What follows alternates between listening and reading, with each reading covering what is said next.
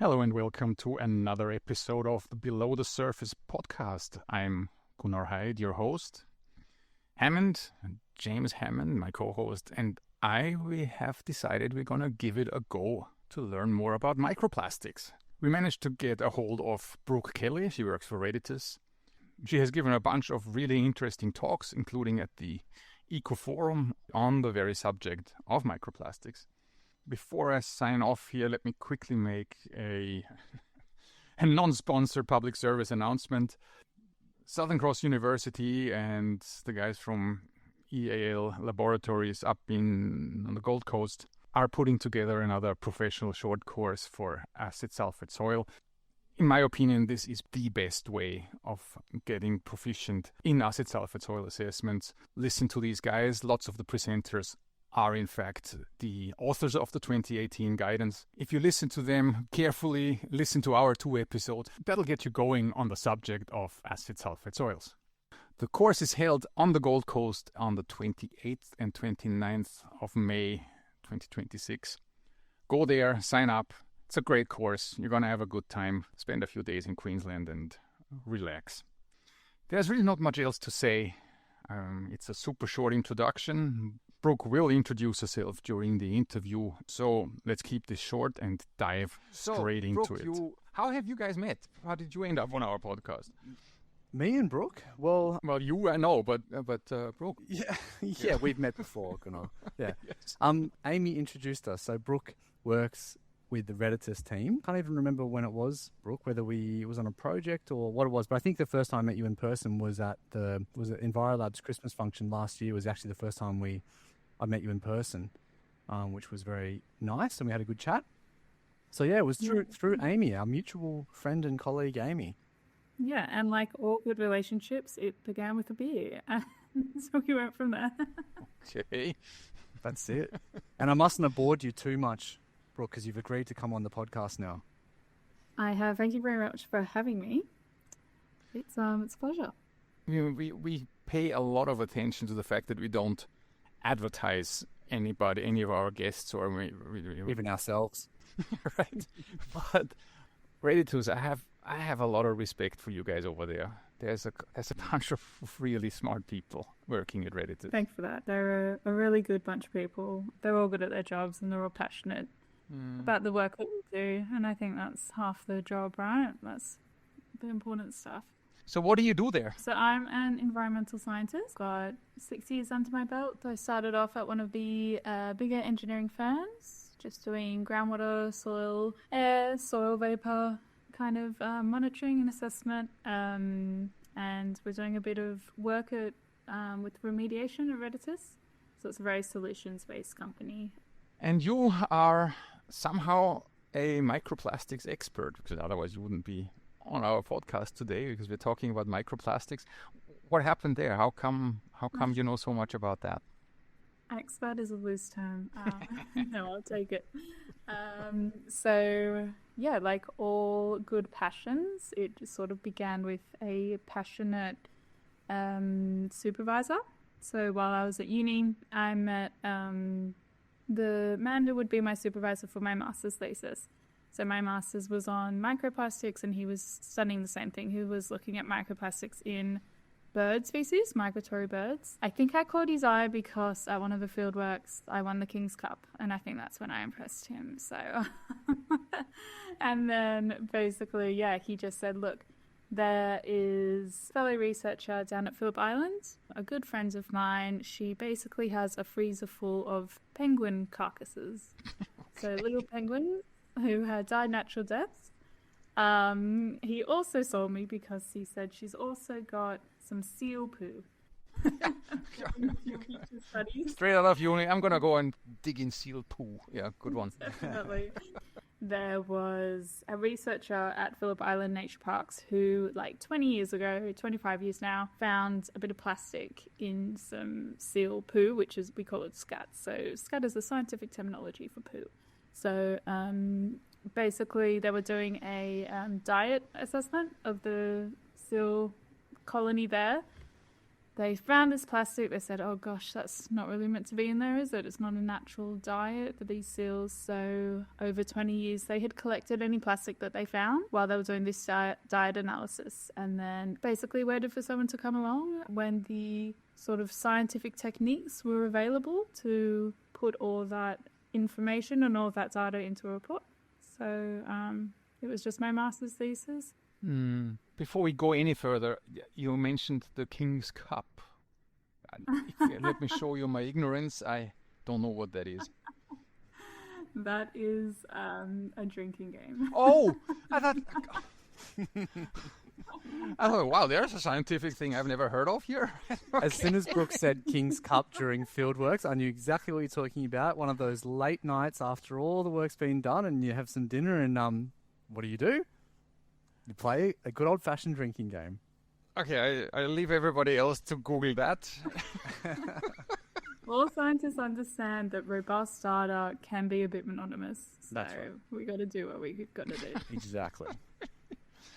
Hey, now that we know that you are a scientific alcoholic or an alcoholic scientist or whatever it is, our famous or infamous warm-up question. Yes. We sent you a few of them. Which one did you select? Well, I've thought long and hard about who's playing me in a movie. The movie. Which actress or actor have you picked? I've decided that in order for people to watch this movie, it's going to have to be a musical. First of all, I love musicals.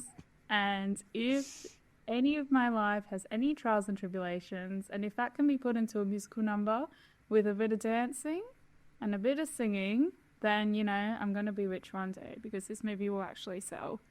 Because of that, I've chosen Anna Kendrick. Oh, Very good. Mostly for her voice and acting abilities. I choose Anna. Great pick. that's definitely one of my favorite actresses, yes. Yeah, she's awesome. I like your take that, to spice up the story, it has to have a bit of a musical edge. Are you musical yourself? Oh, absolutely not, no. But I will go and watch and enjoy. And therefore, I think more people will come and watch my movie.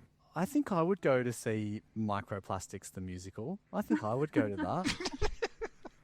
There's something there, Yeah. Brooke. You should run with that, I reckon. Yeah. Let's do it. Seal Stat, the musical. With Brooke featuring Anna Kendrick as Pitch Perfect 3.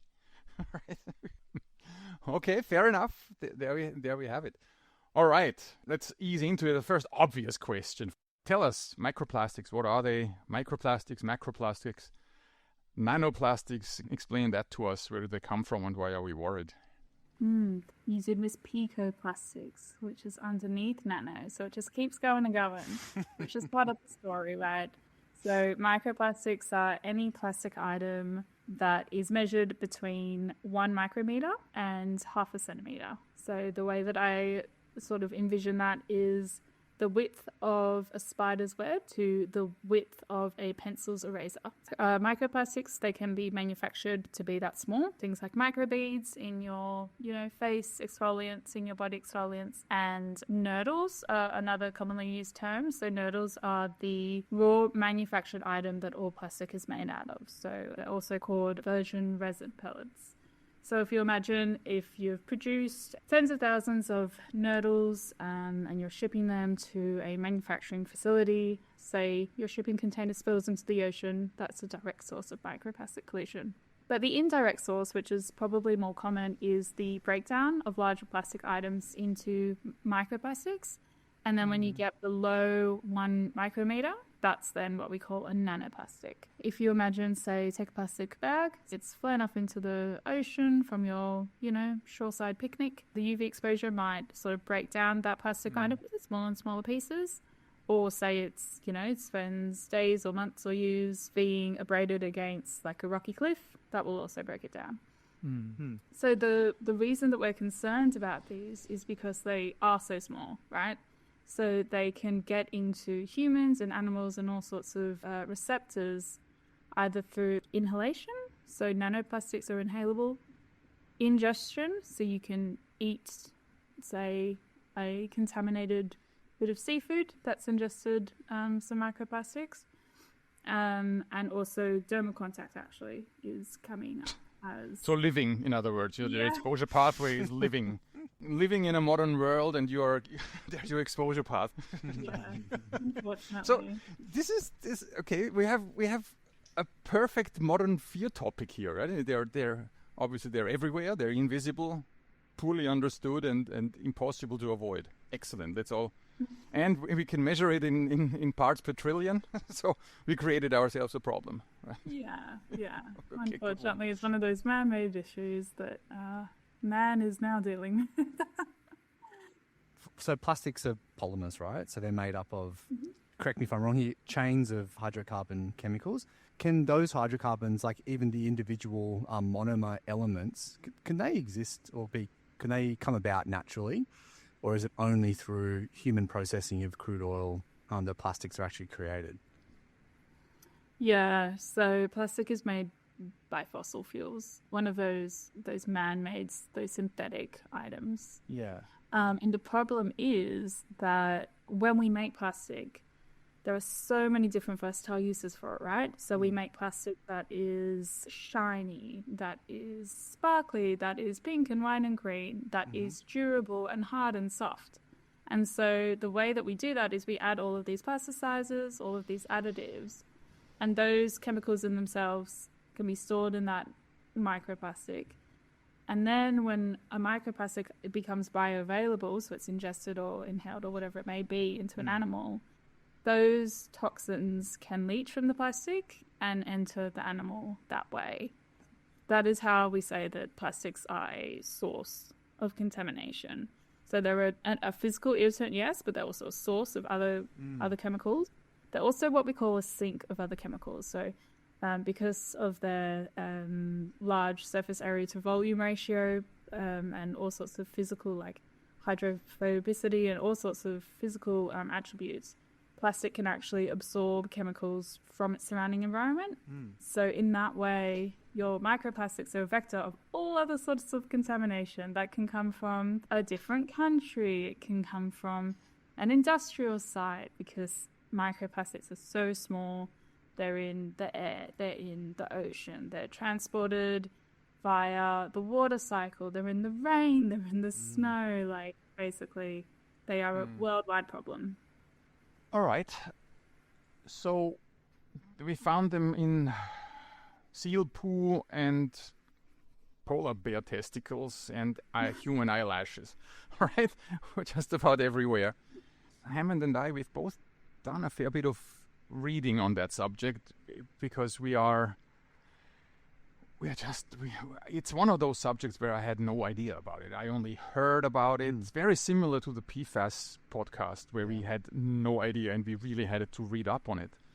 So on this one, so there's a handful of studies. The famous 2024 New England Journal of Medicine study where 300 people where what they measured was presence of microplastics in clogged arteries of their patients, and over 34 months they found that patients with plastic in their arteries had a higher risk of a primary endpoint event. And I'm like, what the hell?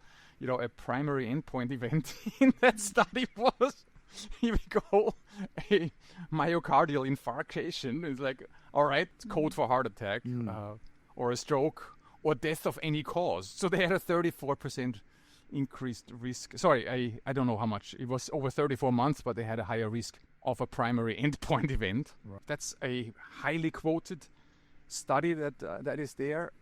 I don't know where to go from here. Well, I guess a study with 304 people is, of course, when you have a 304 and you have not a super high. My next question then, of course, is okay, how did you control for? Because these are mainly, I'm saying, is like the presence of microplastics in everywhere is one thing, and I'm not saying that's a good thing. But from what I have been able to find out in my primitive research here is that just the presence doesn't necessarily correlate with any harm. Yes. And I think that's one of the big points again, which reminds me a little bit of the PFAS discussion we had with the panel members of New South Wales Health. Well, to take it back a step, I think what was something that I found really interesting as well was because I know you've given presentations on microplastics at Ecoforum and in other settings, right? And so we've been talking for a while about this, but for whatever reason, it just seemed that over the last 4 months or 3 months, there just seemed to be this kind of wave of activity and discussion around microplastics. And we'll link some of the examples of that in the show notes because we had all this reporting in The Guardian and in other outlets around questions around like sample methods, analytical methods and that sort of thing, and kind of questioning some of those studies like the one that Gunnar just mentioned. And then we had this series of reports and stuff that came out through mostly government agencies. And so we had the EPA release a report that was really focused on just monitoring, so just gathering primary data about how much microplastics are in aquatic and marine environments. But then one of the most recent ones that was released just at the end of March that really caught my eye was an evidence brief from the Australian Academy of Health and Medical Sciences, which dealt with... Thanks for sharing that with me before the podcast, man. I did, Gunnar. I did. Let it go on the record that I sent Gunnar an email in our chain with this document. So the reason it caught my eye is because it covers microplastics and forever chemicals, so PFAS, and other contaminants. So PFAS and some of these other emerging contaminants have been kind of lumped in with microplastics and discussed in this evidence brief that's been produced by the Academy of Health and Medical Sciences. And a big angle, I guess, in that report is that there's a precautionary approach that probably needs to be taken. But it's funny you say that you felt some similarities, Gunnar, between when you were looking into microplastics and when you were looking into PFAS, because clearly, I mean, the Academy here has seen the issues as being similar enough to lump them in together in this report. So, sorry, we're talking too much, Brooke, but this is a bit of a roundabout way. We just want to kind of set the context, right? But for whatever reason, there seems to be this surge of reporting. So maybe I'll ask you about that, Brooke. Like, do you actually think there has been a surge of reporting around microplastics recently? And if so, why do you think that is? So I think the surge has definitely come from your regulators, right? So your New South Wales EPA, less so your federal government, but that report that you were talking about from the Medical Institute. It's got a timeline. So say prior to 5 years ago, we were still building this scientific rigor, this scientific basis, this scientific like foundational understanding of where microplastics were in the environment, if they were in humans, how they got there, what they were doing in humans. PFAS and microplastics are both considered emerging contaminants. Now that's definitely a spectrum of definition. PFAS, we already have a national environmental management framework, which has toxicity reference values. Because microplastics are so small, because we don't have standardized detection techniques, because we don't have standardized laboratory techniques for the classification and the detection of microplastics in all sorts of environmental and biological samples, we do not yet have those numbers. The research is getting there, but it's not quite there yet. But I think with plastics, you can still do a preventative assessment. We know that it's ubiquitous in the environment and it's in every facet of the human body. We have seen laboratory and animal studies where microplastics have caused all sorts of harms. There's endocrine disruption, there's inflammation, it has led to mortality and things like this in all sorts of different species. So we have the basic fundamental understanding that these are probably going to be really bad, and the science in 5 or 10 years' time is going to tell us that it was really bad. I need to slow you down there. Sorry, but yes, there are studies out there where they show a correlation between, for example, inflammation and the presence of microplastics in whatever tissue. It is my understanding, and please chime in, but that the causation has not been shown in any of those studies, like none. Is that right? So the issue there is contamination tends to be considered more thoroughly when there is an impact to human health. The ethical assessments of different types of animal species have been easier to get across the line. So therefore we have microplastics assessments of different types of animal species that prove impacts, that prove, ecological harm at a population level, at an individual level. Human health risk is a completely different problem, and you're so right. Okay, so all the data that we have at the moment about microplastic exposure in humans and therefore implicated health effects are observational. You can't expose a human population or a human individual to, X amount of microplastics and then see if that causes Y and Z impacts. So you're right, that's sort of the data gap, right? And it's a good data gap to have because we're going to, Well, also because they're so omnipresent, it's almost impossible to have a controlled environment because you have no zero exposure levels anymore, right? That's another one of those things. By the way, Brooke, how do we actually measure microplastics? Yeah. How do you? What's the lab analysis? I take a liver of one of your dead penguins and send it to a lab and say, hey, give me microplastics in, I don't know, counts per. I don't even know what is it? Counts per units, percent or counts per units? Well, great question. how are we going there? And how do they do that? Yeah, you and I, as environmental scientists, use regular labs, right? Commercial labs. And if I were to send a water sample to one of, our many commercial labs, they would be able to assess it for microplastics. So the analytical techniques still exist. There's actually Australian standards as well, not quite for the it's not for the methodology, it's more so for the principles of assessing microplastics. So there's a few different ways. Microplastics, we would generally look at microscopy, and then nanoplastics, you're generally looking at spectrometry. So sorry, the first part was you actually count. Somebody looks through a microscope and counts the pieces. All right, well, I can get on board with that. You can count. You can describe as well. So a big thing is the morphology of a microplastic. So how big is it? What type is it? Is it a fragment? Is it a fiber? What color is it? What size is it? How is it going to act in your environmental sample? So that's important for things like laboratory blanks. So we know that microplastic is in airborne dust, for example. So if you're working in a laboratory, you will have a petri dish with a blank piece of film on top of it. And that petri dish will ensure that any airborne microplastics are considered as potential cross-contamination of your sample. So, for example, if you are wearing a blue synthetic lab coat to the lab every day, which won't happen if you're doing microplastic analysis, it's all cotton-based, it's all natural fibers in the lab.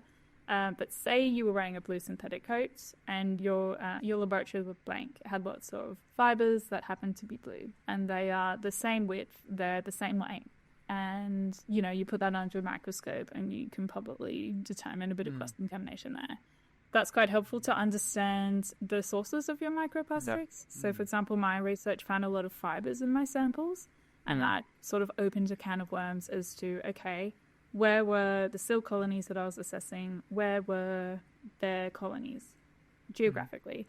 And what was the distance between waste water treatment plant outputs, right? And that we found quite a strong correlation. So one of the main sources of marine microplastics is synthetic fibers from the washing of your synthetic clothes, because the wastewater treatment plants may not necessarily filter to the right size. Well, they don't. I mean, they definitely don't filter to the nanos.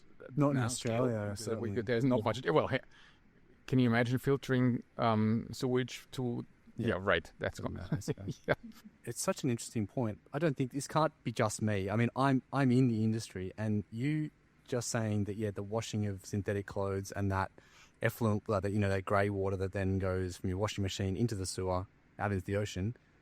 I just didn't really. It just isn't something that's front of mind for me. As I would. So if you asked me to name you a number of sources of microplastics, I don't think that would have even come into my head. But when you think about it, I'm sure that would be a significant source, because it's something that just happens all the time. It'd be just constantly pumping out into the environment. A lot of the biosolid waste that we get from wastewater treatment plants are directly applied as fertilizer to our farms. Yep. So therefore, you've got a huge amount of microplastics in our farmland soil, which is therefore getting either uptaken by our crops or it's being grown into the grass that our cows eat, for example. That's how we're getting microplastics in our beef and in our livestock. Obviously, microplastics are to some extent resistant to breaking down, but am I right in thinking that those biosolids, for example, that get into farmland and they're not really breaking down in any way? There's no natural or biological processes that are typically breaking those down, and to a point where they may... Biological processes, specifically? Yeah. Right. The answer is yes. They do exist. So imagine the example of microplastics in a cow's paddock, right?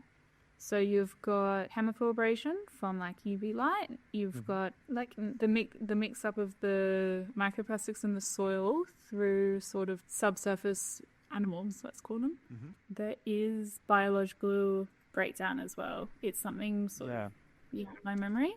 But in terms of biological conversion into other kinds of compounds, like non-plastic compounds? Sort of like the degradation of the plastic, full stop, I can't talk to, but definitely like the desorption of any like additives or any other contaminants that have been sort of along the way tacked onto the plastic, that will definitely happen. So it's all about becoming bioavailable, right? So PFAS has been associated with it, all sorts of PCBs, heavy metals have been associated with plastics that have been uptaken by an animal and then become bioavailable within the animal. Oh, awesome. Thanks. Sorry, Gunnar. Let's get back to the blood now. No, that's okay. So there is counting as a method, and we can all agree this is okay. We count, fine. If you can see them, but that only goes to, we are already struggling with asbestos fibers, and they are most certainly in the micrometer scale. Below that, what's the next thing? You mentioned gas chromatography. How does that work? And what are the drawbacks there? Yeah. In an assessment of nanoplastic, that's when you would basically bring in the mass spectrometry. So that will break down any sort of proteins in your biological sample and leave your synthetic materials available for you to look at there. That makes it a bit difficult when we're dealing with protein-rich samples. So say a blood sample. They've also looked at microplastics in the brain and the potential causes to dementia or potential linkages to dementia. Yeah. In that case, mass spec is sort of a bit of a problem, right? So if you had a water sample, you can send that off to mass spec tomorrow. But for the biological samples, it's a bit more difficult because of that limitation of the technique. Yeah, the way how I understand it is that the signal that microplastics send to the gas chromatograph are very, very similar to the signals that certain proteins or fat molecules would send to the gas chromatograph. And there has been, this is one of the big criticisms of the New England Journal of Medicine study, where it was that the lab methods they used was gas chromatography. And a lot of it was very fatty tissue because they were looking at cholesterol in arteries. And it is quite well known that that they have a tendency for false positives, which is bad. So we're having something that we're looking for something at a scale that is tiny, and we're getting false positives from something that is very, very present and heavily present in my sample. All right. So, you mentioned before that the presence of the microplastics themselves may not be so bad, except for that they allow other contaminants to hitch a ride into biological systems. A fantastic podcast on the subject is Dr. Carl's Shirtload of Science, and he interviewed Professor Michaela Lucas from WA. She's done a lot of research there. It's a fantastic podcast. I link to it. She mentions that especially the bisphenols and the phthalates. So phthalates are the stuff in plastic that make it soft. So your Glad wrap would have a lot of phthalates in it. And that they suspect that these would be mimicking human hormones and hence would also act as endocrine disruptors. So they interfere with the hormonal system. Again, not a lot of causal effect there, but a lot of correlations there. Are you aware of that research? And you already mentioned the endocrine disruptors and the mimicking of hormones. Just give us a few words on that. Yeah. As a physical contaminant, we don't know the extent of impact in humans. I can definitely talk to animals. So basically the ingestion of microplastics and also, macroplastics and all sorts of things can obstruct your gut, for example, your gastrointestinal tract, and that can lead to mortality, has been proved in marine species. The other concern is basically, if you imagine, it's quite a famous image of like a seabird carcass, for example, and its stomach is just full of plastic, right? So it's a gut obstruction, yes, but it's also like this feeling of being full, which means that basically they can't pass through the macro and microplastics. They can't pass that through their system, and therefore they have no space to eat their natural food. So that won't be necessarily a problem in humans. Except for maybe children, but definitely I think from like a physical annoyance, I would be a bit more worried about the respiratory aspect of things. Hang on, is that actually a physical problem because they are so big that they obstruct the gastrointestinal system of seabirds? Oh, okay. Yeah.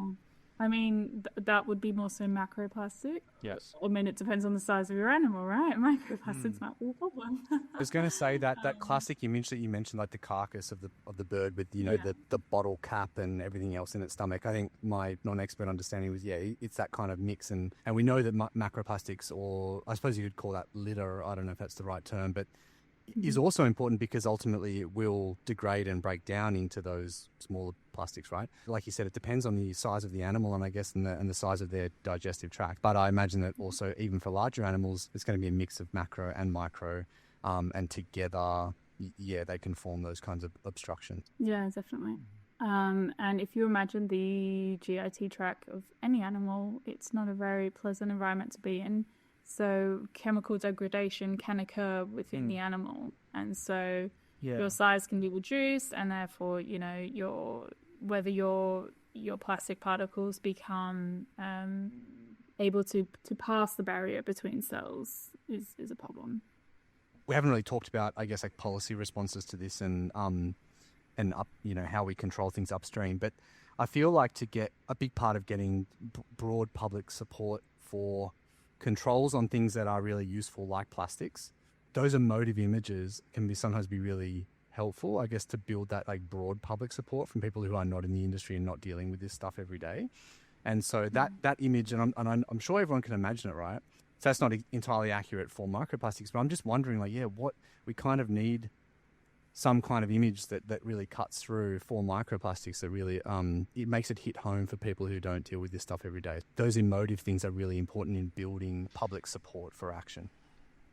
That's so true. Micros and nanos are difficult to even see in the labs. It's difficult to put that into a visual impact. But unfortunately for me as a scientist, I think the scary stuff, the emotive stuff comes from the data, right? So there was recently a study in Australia, I think it was in Queensland, and they looked at sort of 6 different areas of everyday life. And was there microplastics in airborne dust? So there was, an office, a car, a living room, and then a childcare centre. And guess who was most exposed to airborne microplastics but the children? The one with all the plastic toys in there, right? Literally. And their playpen is made of plastic, right? So I think it's like facts like that where that's where the emotive response comes from. Okay, let me read the asshole again here, okay? That is your shtick on this podcast. If people don't know that already, you haven't been listening long enough. It looks to me like we are far away from knowing any negative, not any negative effects, but health effects. Okay. At this stage, it almost looks like, hey, the easiest solution is we stop living, stop breathing, stop eating. You even spoke about dermal absorption. So at this stage, it is so omnipresent And I know this was exactly the argument that in the early days of asbestos that came along. So and stop making and using plastic, right? So like stopping the source as well. Like if we want to take yeah, good luck with that one. Yeah. But that's what they said. I'm very much aware. That is what one of the main counter arguments against the phasing out of asbestos was. So I'm very much aware of that. At this stage, it looks to me, though, that there is a lot of literature out there and a lot of, I wouldn't even call it literature, but there's a lot of media storms out there with all sorts of nice pictures and, oh my God, we found it God knows where. Well, the actual negative health effects haven't been shown yet. They have not been correlated to the microplastics. So I don't know, Hammond, when you asked for what kind of emotive picture can we find to make everybody aware of it, I'm thinking, well, do we really need one? Before we have any conclusive scientific evidence that we are actually having a microplastics health problem, in humans at least. And I know I'm not thinking of the crustaceans and the polar bear testicles here, but I think you know where I'm coming from here. This is early days. It is very early days, and for something that is so of research that is in such early days, we're making an awful lot of noise. Yes, my first argument back at you is it's not all human health. There are lots of other species on this earth. I understand what you're saying. I think there are a lot of scientists out there who would argue, even though my research doesn't 100% prove causation, please just look at like what I am hypothesizing, right? Like there is lots of research about it. There are links to be made between different diseases and microplastics exposure rather. And yes, like, you know, a lot of the cause is from chemicals that are associated with microplastics. If microplastics are going to be, you know, a vector of additional chemicals that can cause these problems, then why not reduce them? Like, why not? Yeah. I agree completely. Right? There is no, I agree. No argument here. I'm a little bit less of someone who wants to pull the panic button here, which happens a lot with PFAS. It's a classic one. There's a complete worldwide panic going on while we haven't got any evidence yet. And I see similarities here on that subject as well. Look, there's let's keep researching and look, no question. We shouldn't find plastics in everything. Right? You cannot find a sample of anything anymore without microplastics. It's impossible. So that shouldn't be happening. There's no question about that. Whether we should panic about it is another question. The other thing to consider is bioaccumulation, right? Which is a huge factor here.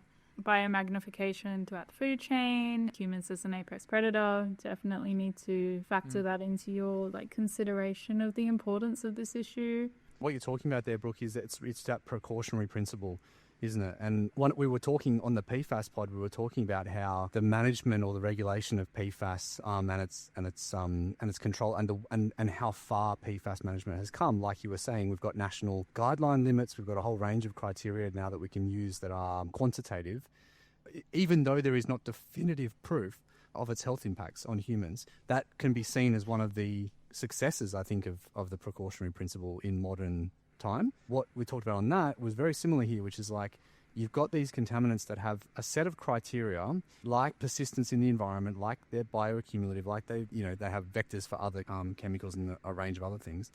And so even though we may not have definitive proof of their impact, the fact that they meet those criteria, none of which are very good, is reason enough to have that push to phase them out. The most challenging situations that I think of around this is like where you have a situation where you're talking about reducing or phasing out microplastics, but on the other hand, you have another beneficial environmental outcome. And the example that comes to mind with this is the reuse of any kind of recovered material. So on the one hand, you've got an environmental benefit in that you're using reclaimed or recycled materials and to offset virgin products and all of the, in particular, the carbon cost that comes with that.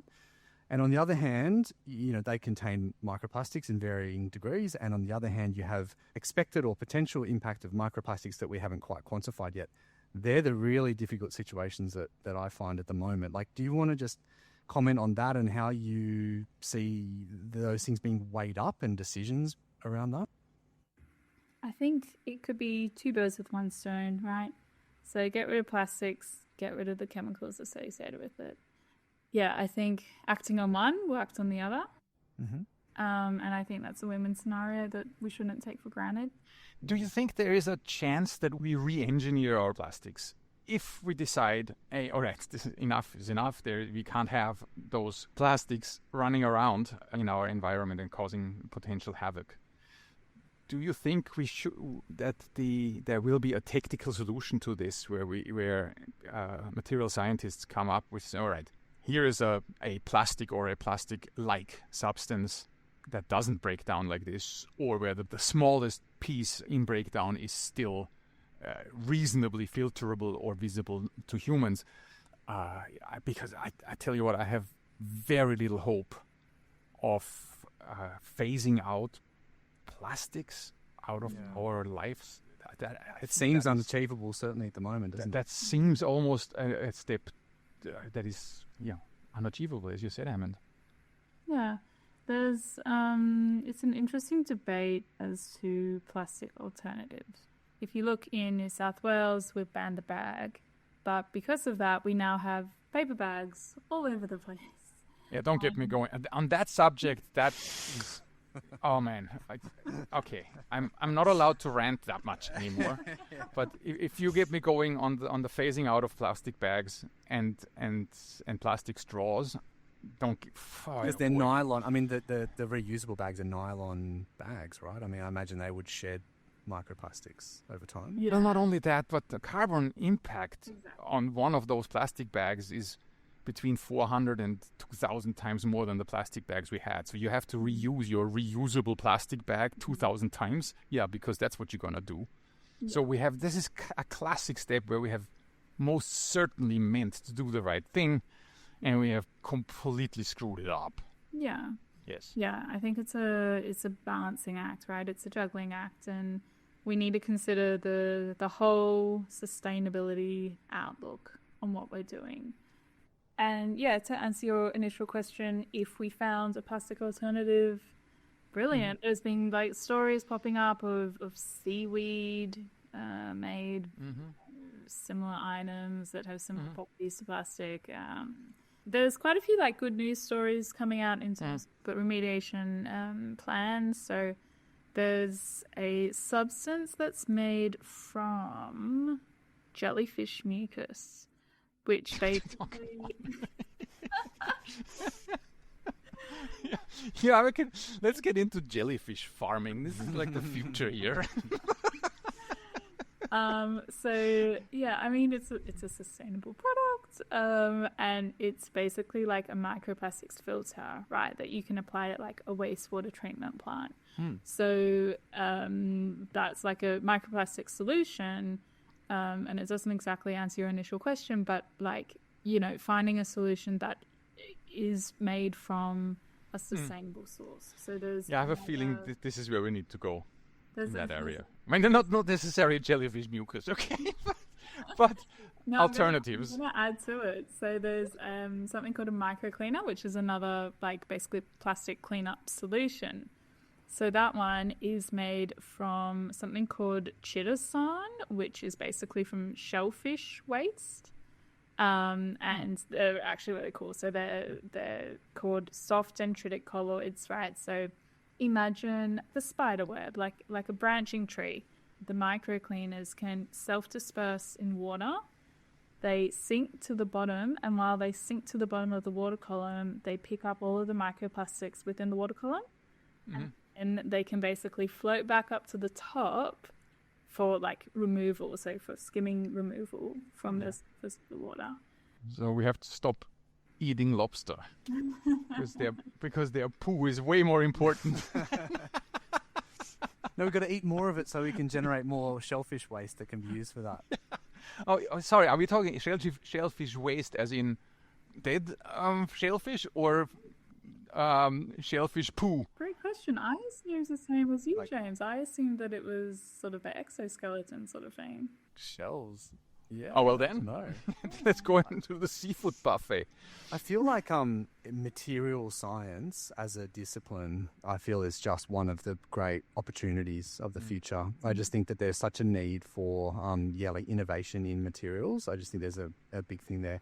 When we're talking about phasing out plastics, I think it's really important for us to distinguish between there's different kinds of plastics, I guess, and I think my personal opinion is I think that the management approaches to them probably needs to be different. So I think that there's a big difference between, say, like single-use plastics versus kind of heavier duty plastics that are used in construction or in, vehicles or like other things like that. And I feel like they need different approaches because the biggest issue with single-use plastics is they're being discarded and often, I guess, littered and finding their way into the environment that way. Whereas with heavier duty plastics, that one of their critical design elements is that they don't break down over time. But I think there's a big opportunity more for like product stewardship on that side of things because they're higher value, used for a longer period of time, and the manufacturers could potentially have more of a role in taking those materials back, reprocessing them, and then recirculating them into new products. So we've got the same problem in terms of like technologies for identifying plastic in environmental and biological samples, right? There's all different types of plastic, and they all have different properties.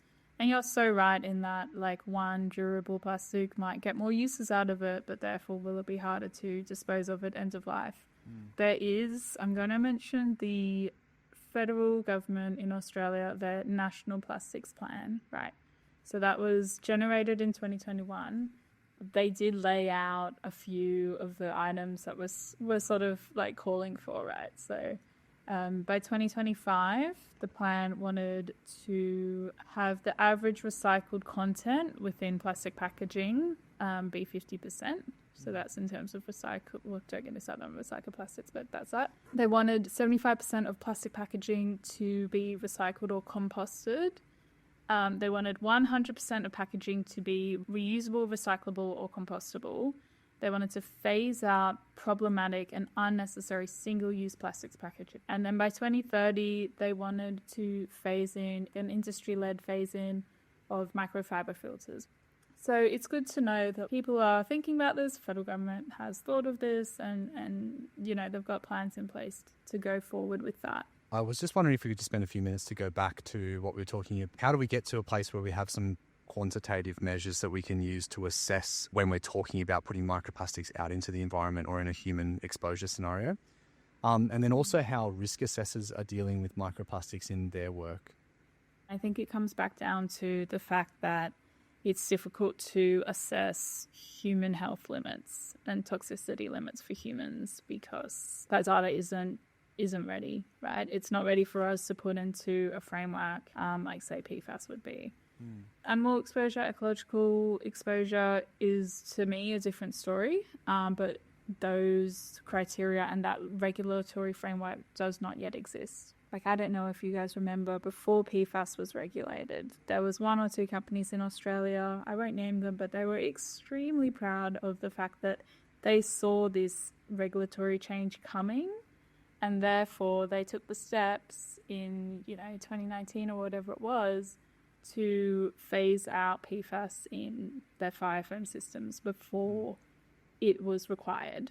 I had a project where there was a brand new PFAS fire suppression system installed in 2016, and I always just think that if that bloke, whoever, like my client, if he had a chat over a beer at a pub with someone who was in the know and said, look, maybe it's not a good idea, maybe just wait, and then find an alternative. I think that's sort of the state where we're at. So while we don't have it yet, I think it will be coming, especially for that ecological exposure, because there is data out there at a population level and at an individual level that can inform those risk assessors, those risk assessment decisions. So the bottom line of it all is it's an issue that we should probably be concerned about. But is it right that we say we are kind of a long way from knowing what to actually do about it? But several times here we also mentioned that it's all nice and good and we should have more beer and drinking games. which is something we definitely know is harmful to humans. But hey, I'm not going there again. I'm on your side with that one, Brooke. Maybe not so much drinking games anymore. I'm almost 40, so maybe not so many drinking games. But you know, a quiet one on a Friday afternoon. Yeah, nothing wrong with that. Hey, that was in my uni days. Those days. I don't want to just kind of repeat what is said in other reports and that sort of thing, but Health Academy report that we talked about before did raise, I guess, 4 points, so like 4 recommendations. The first one was that we have to continue building the evidence base. The second one, that we need to look at who's most vulnerable to exposures. The third is that we need to review how this is regulated. Number 4, that we need to look at building public awareness and exposure reduction. So I guess that's that precautionary reduction. And I mean, to me, that was quite a neat framework, I guess, as to how we, on one hand, build our knowledge, like continue investing in our knowledge, but on the other hand, take steps towards phasing, you know, these materials out or removing these materials from the environment, even if we don't go sort of all the way just yet. At least start the process. Like, is that how you interpret that as well, Brooke, or do you have anything to add to that? Yeah, I definitely agree with all of those points. The fact we have uncertainty doesn't mean that there's a cause for inaction there. And I think, we understand who the potentially more vulnerable communities are. So those might be lower socioeconomic communities where plastic alternatives aren't available. They might be remote or rural communities for the same reason. We know that, you know, humans at their most vulnerable in those early developmental stages are potentially, they are exposed. So potential impacts might be, you know, more intense for them. So yeah, it all comes down to the precautionary measures, right? And I think plastics is such a widespread and obvious problem. And like the research that I was saying, where we know that it's in like the highest concentrations in our childcare centres, right? If we have that data, then we can fix it. We can take steps to limit our plastic exposure. If your listener is concerned about their own safety, then limit your plastic use and exposure. Like, it's that simple. It's whereas like the rest of the contaminants that you might be talking about on your podcast, you might not have that control over. I mean, I think that point you made there, Brooke, was just kind of a nice one to end on, actually, which is that to some extent, I mean, there are certain things that are outside of our control, and there are things that had to be done at a higher level, but there are also things that we can do as individuals and choices we can make as individuals that, can help limit our own exposure and perhaps also reduce some of the like economic demand, I guess, for plastic products and that sort of thing. So, yeah, definitely, I agree with that. Brooke, thanks for joining us, and it's been a long time coming. That was awesome. And so you're continuing to be, you're obviously continue to be involved in this space, right? So are you actively involved in that research work at the moment, or is that on hold while you're you're focusing on other things? I'm not actively involved in any research, unfortunately. You're clearly still tapped into that. I think so.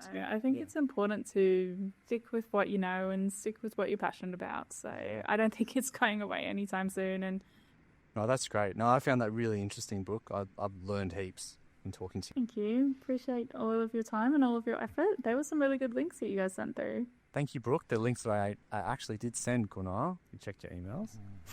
Yeah. Thanks, Brooke. Enjoy the rest of your afternoon. Thank you. Thanks for your time. I really appreciate it. Thanks for your time, Brooke. That was awesome.